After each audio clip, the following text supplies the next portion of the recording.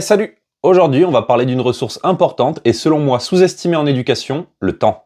On pense souvent à l'amour, l'affection, la sécurité, l'argent, mais en vrai, le temps est au moins aussi important. Sans même parler du nourrisson qui est complètement dépendant de l'affection et de l'attention de ses parents. Je parle du quotidien durant toute l'enfance. J'entends souvent l'adage petit enfant, petit problème, grand enfant, grand problème. Mais qu'est-ce que c'est?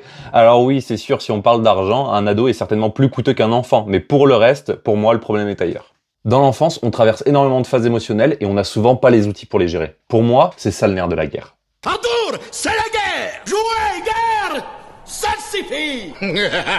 Si on prend le temps avec l'enfant de mettre des mots sur tout ça pour qu'il apprenne à se connaître, à analyser ses besoins, sa manière de les satisfaire et qu'il prenne conscience des besoins des autres, peu à peu on lui forge des outils pour que plus tard, une fois grand, il ne se sente pas perdu et qu'il ne fasse pas n'importe quoi pour trouver son équilibre. Je vois tellement de gens négliger les demandes des enfants avec des phrases magiques du style « va te calmer ailleurs, c'est un caprice, c'est pas grave » ou en leur offrant des compensations « tiens un jouet, un bonbon, hop, regarde la télé ».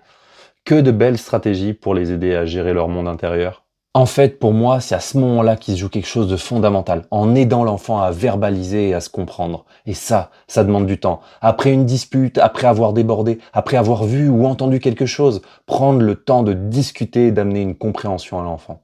Il ne faut pas non plus être trop présent, car il faut que l'enfant explore, fasse ses expériences solo pour pouvoir prendre confiance et évoluer par lui-même. Et pour ça, il lui faut un environnement le plus diversifié possible, parce que sinon il va certainement vous solliciter ou demander à regarder les écrans. Ce qu'il faut, c'est que le temps de partage soit de qualité et que l'enfant soit disponible et en demande. À ce moment-là, en mettant en relief certains points et en partageant des expériences, des connaissances, des jeux, on l'aide vraiment. Et ça demande du temps, de l'énergie, et c'est sous-coté selon moi. Essayons de préserver et satisfaire la curiosité et la créativité des enfants. C'est vraiment essentiel pour apprendre à se connaître et à se développer.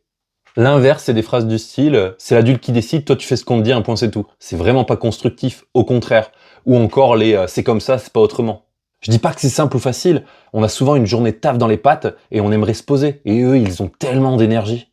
Je dis juste que si on construit des bonnes bases avec l'enfant, tout change. La qualité relationnelle, bah oui, s'il se sent considéré, il va vous considérer d'autant plus, sa capacité à se mettre des limites seul, son esprit critique et sa confiance en lui nécessaire pour pouvoir s'épanouir durant tout son développement. Ils ont tout ce qu'il faut.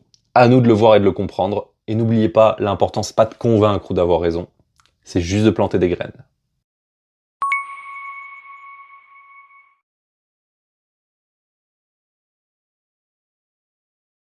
C'est mignon tout ça, mais être parent, ça veut dire quoi?